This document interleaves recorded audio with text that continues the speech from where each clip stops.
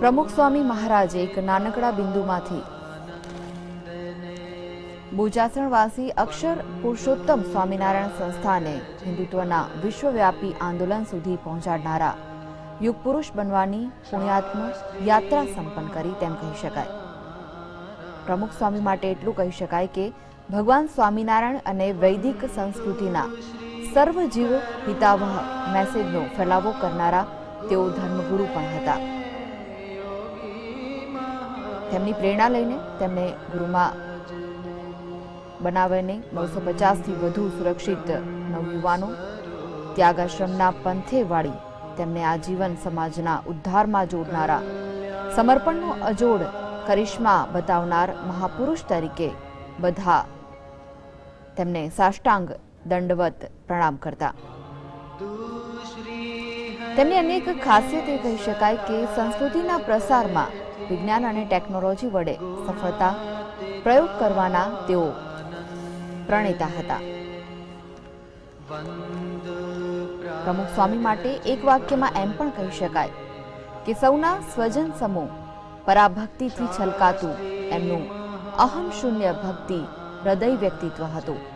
નમ્ર અને સરળ, સહજ અને પારદર્શક, ક્યાંય દંભ નહીં, માનમોહની આશા અપેક્ષા નહીં, મોટાઈનો કોઈ દોર દમામ નહીં, શબ્દો કોઈ આડંબરી શૃંગારના નહીં કે મોં પર કોઈ આધ્યાત્મિક ભારે ખંપણું નહીં.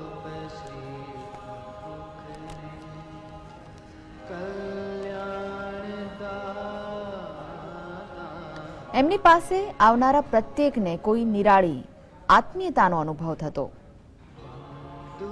જ્યારે ભગવાન સ્વામિનારાયણે ધર્મધુરા ધારણ કરી ત્યારે તેમણે વરદાન માંગવા સાથે પ્રાર્થના કરી હતી કે ભક્તને એક વીંછીનું દુઃખ થવાનું હોય તો મને એક એક રૂવાડે કોટી કોટી વીંછીનું દુઃખ થાય, પણ તેને થાય નહીં, અને તેને પ્રારબ્ધમાં જે યાતના ભોગવવાની હોય તે મને મળે.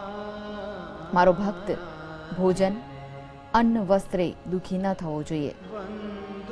શ્રી હરિના અખંડ ધારક પ્રમુખ સ્વામી મહારાજે આ પ્રાર્થના ક્ષણે ક્ષણે જીવી બતાવી હતી.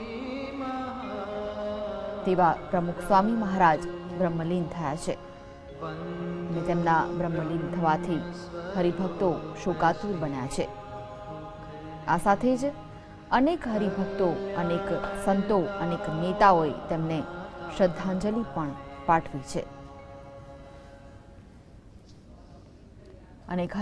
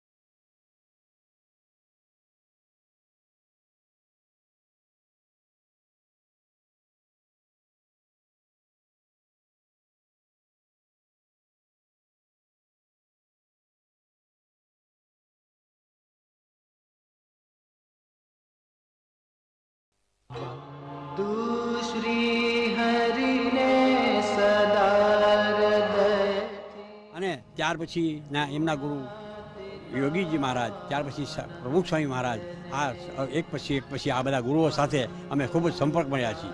અને મને પ્રમુખ સ્વામી સાથે તો મને એટલા એમના રૂડા આશીર્વાદ મારી ઉપર હતા અને અમારા કુટુંબો પર હતા કે જેની કોઈ સીમા નહીં. અને જ્યારે મારે હજ ઉપર જવાનું થયું તેઓ બી મેં બાપાના આશીર્વાદ લીધા અને હું હજ ઉપર ગયો અને મને એનો પત્ર પણ આવ્યો. અને ત્યાર પછી અમને ગમે ત્યારે પ્રમુખ સ્વામી એમ કહેતા કે તું હંમેશા રોજા કરજે, નમાઝ પડજે, કુરાન નિયમિત પડતો રહેજે. અને એટલે આ હિસાબે એમને કેટલી બધી એમને બિન સંપ્રજ્ઞા કે પોતે ક્યારેય કીધું નથી કે તું અમારા મંદિરમાં તું જોડાઈ જા. પણ હવે એ સિવાય જ્યારે અમારે એમને માલની જરૂર પડતી, જ્યારે શાસ્ત્રીજી મહારાજે મંદિરનું નિર્માણ શરૂ કર્યું ત્યારે મારા ફાધરે એમને ખૂબ જ મદદ કરેલી અને માલ સામાન જે જોઈ આપી દેતા. બાપા ગાડું લઈને અમારી દુકાને આવતા એ જમાનામાં.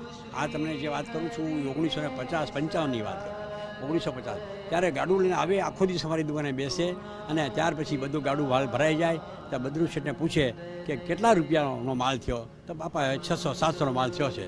તો બદરુ શેઠ પૈસા તો છે નહીં, કે કાંઈ વાંધો નહીં, કોઈ જાતની વાંધો નહીં, તમે જે જોઈ માલ લઈ જાઓ, ગમે ત્યારે પૈસા આપજો, એટલે ક્યારેય ઉઘરાણી કરી નથી. અને આ જે પાયાનો પથ્થર, આ જે આપણું મંદિરનું મુખ્ય પ્રવેશદ્વાર છે એની અંદર મારા ફાધરે સોમા ભગત સાથે ઉપાડીને પાયામાં પથ્થર નાખેલા છે. એટલે જેને કહેવાય ને કે પાયાની સેવા અમારી છે, તકની સેવા. એટલે ખૂબ જ અમારા ઉપર, અમારા કુટુંબમાં ખૂબ રૂડા આશીર્વાદ છે.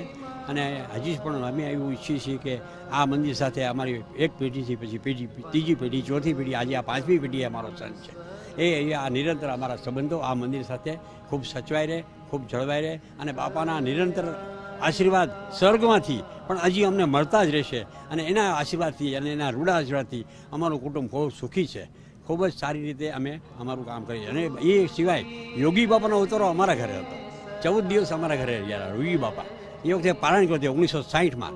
ત્યારે પણ યોગી બાપાની સેવા વખતે પ્રમુખ સ્વામી હતા, બીજા બધા ઘણા સંતો હતા, મહંત સ્વામી હતા. એટલે આ બધી યોગી બાપાના પણ ખૂબ જ અમે આશીર્વાદ લીધેલા છે. અને યોગી બાપા અને ત્યાર પછી હમણાં અમારા વડામુરલીજી સાહેબ આ 3 વર્ષ પહેલાં જે નિધન થયું ત્યારે પણ અહીંથી ખાસ 4 સંતો ત્યાં આવેલા શ્રદ્ધાંજલિ આપવા અમારી મસ્જિદમાં. અને આ બધું એકબીજાનું આપણું જે એક સંબંધ છે કે ધર્મગુરુઓ હોય, કોઈ પણ હોય, પણ આપણે ત્યાં પહોંચી જવું. એટલે આ બધું ઘણું સરસ એવું કામ આ બાપાએ કર્યું છે. અને આપણે જેને કહેવાય ને કે એનાથી અમે ખૂબ જ સુખીયા છીએ. અને અમારા કુટુંબમાં મોટો સુખી કે કોઈને કોઈ જાતનું વ્યસન નથી, કોઈ બુરી સોબત નથી. એ આ બાપાના આશીર્વાદના પ્રતાપ.